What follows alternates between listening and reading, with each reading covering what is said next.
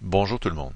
Dans cette capsule, nous allons voir comment intégrer des images les unes aux autres et aussi comment et principalement utiliser des masques. Les masques, c'est un outil très puissant dans Photoshop qui permet de modifier une image, d'enlever des éléments d'une image sans toutefois détruire cette image-là et aussi, c'est ce qui est intéressant, qui permet de revenir en arrière et de faire des ajustements au niveau de découpage qu'on pourrait faire sur une image.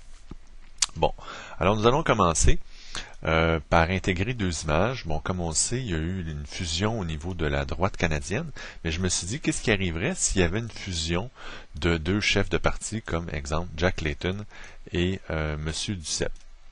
Donc, j'ai été chercher sur Internet des photos de ces deux chefs de parti respectifs et j'ai décidé de les intégrer l'un à l'autre. Donc, je prends l'image de M. Duceppe ici, je clique sur l'image, je garde mon doigt enfoncé sur le bouton de gauche et je fais un drag and drop, ou si vous préférez un glisser-coller, sur l'image de M. Layton. Bon, dès le départ, on se rend compte que les visages n'ont pas nécessairement la même grandeur. C'est pratiquement tout le temps le cas quand vous allez vouloir intégrer une image à une autre ou substituer une tête. Celle-ci n'aura pas nécessairement la même grandeur que l'autre. Pour ajuster la dimension des deux têtes, je vais diminuer l'opacité du premier calque ici à 50% pour voir au travers. Donc maintenant, je vois le visage en dessous, je vois le visage au-dessus, donc ça va me permettre de mieux faire mes ajustements. En faisant CTRL-T, toujours sur le calque ici, j'accède aux outils de transformation et en maintenant la touche Shift enfoncé et en cliquant avec mon bouton de gauche sur un des coins, je peux redimensionner le visage. Je peux aussi, en me positionnant sur les coins, vous voyez la flèche ici, au lieu d'être elle est courbée, ce qui me permet de venir tourner la tête ici de mon personnage pour que les yeux soient alignés. Donc là, si je descends ici l'image, vous voyez, les yeux sont alignés. Je vais juste agrandir un peu l'image ici. Donc je vais continuer encore à agrandir le visage, Shift enfoncé pour agrandir de manière proportionnelle et je repositionne comme ça. Oui, les yeux sont à peu près au même niveau. On peut faire aussi un ajustement plus précis de déplacement avec les touches, les flèches, pardon, qui sont à côté du clavier numérique. Donc avec ces flèches-là, on peut monter, descendre le visage pour venir ajuster comme il se doit l'alignement des yeux. Voilà, puis je peux redimensionner. Donc ça me semble correct. Et c'est certain, essayez pas d'avoir la même hauteur de visage parce que certaines personnes ont un visage long, d'autres personnes ont un visage carré, rond. Donc c'est pour ça aussi que je m'enligne toujours sur les yeux. Ceci étant fait, je double-clique ou j'aurais pu faire Enter pour confirmer mon choix. Maintenant, si je rends l'opacité à 100%, bon, je ne vois plus le personnage du dessous, mais par contre, je sais que le tout est très bien aligné. Donc, ce que je vais faire finalement, c'est que je vais substituer le haut du visage de M. Layton par le haut du visage de M. Duceppe.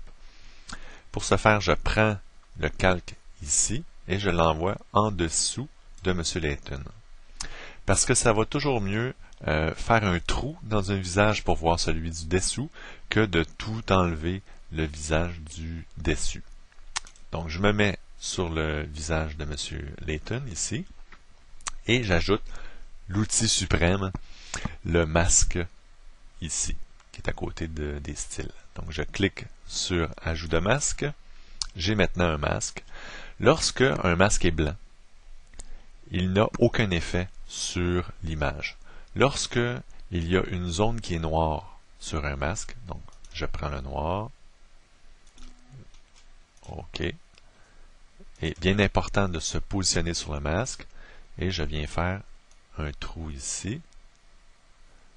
Bon, ben, vous voyez, il y a un trou dans l'image, ce qui me permet de voir l'œil de M. Duceppe, mais j'ai un point noir. Donc le noir va toujours perforer l'image qui est ici. Portez une attention particulière sur le fait que maintenant je travaille sur le masque. Remarquez la petite ligne qu'il y a autour du masque. Je suis sur le layer 1, remarquez qu'il est bleu. Maintenant, si je clique ici, vous voyez une petite ligne autour de M. Layton, ce qui m'indique que je travaille sur le visage de M. Layton et non plus sur le masque. CTRL Z pour enlever le barbeau que je viens de faire. Donc, je veux qu'on voit l'autre œil. Je me positionne sur le masque. Je prends mon aérographe et je fais le même travail ici. Je vais toujours de manière circulaire, graduelle, pour bien découper là, ce que j'ai de besoin. Et voilà. Donc, on pourrait enlever le nez aussi. Donc, on descend tranquillement. Advenant le cas où je passe tout droit comme ça, où j'arrive, je fais ça comme ça, je veux réparer mon erreur. On change le noir ici en cliquant sur les petites flèches pour le blanc, toujours avec l'aérographe, et je repasse comme ça. Et ça fait réapparaître le visage. Voilà. Donc, je reprends mon noir et je continue mon travail. Je vais dégager un peu le front.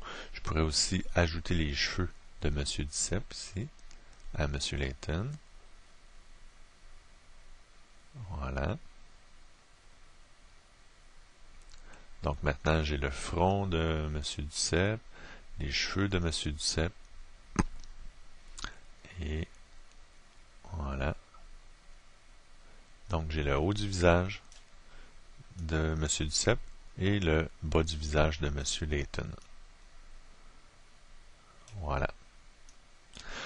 Chose à remarquer, peut-être qu'on pourrait réaligner le visage de M. Duceppe. Donc on se positionne sur le calque de M. Duceppe et avec la flèche de déplacement ici et avec les touches au clavier numérique, je peux faire un léger déplacement comme ça.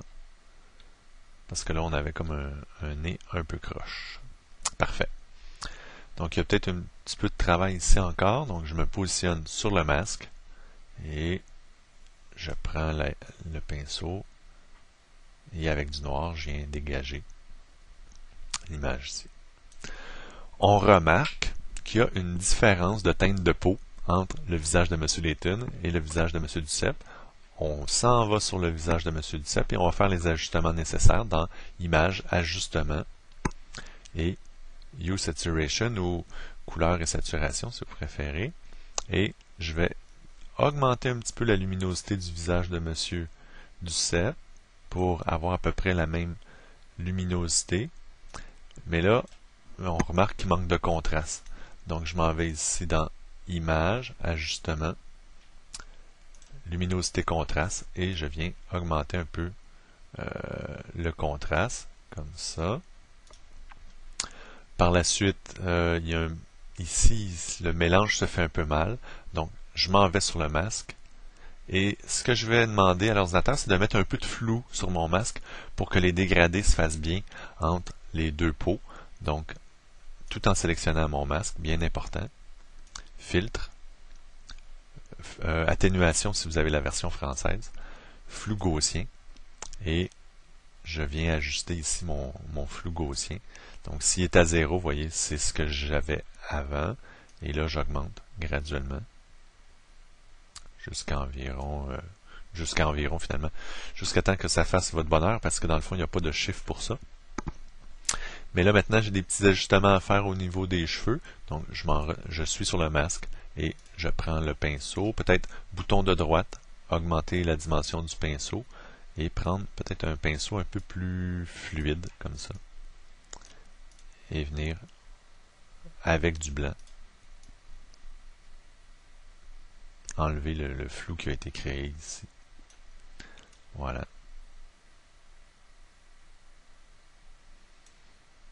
Et nous avons une fusion de deux chefs de parti, M. Layton et M. Duceppe. C'est tout pour cette capsule. À vous maintenant de fusionner votre visage avec celui d'un autre, et pourquoi pas votre visage sur le corps d'Arnold Schwarzenegger, ou bien une actrice connue, comme bon vous semble. Donc, amusez-vous bien.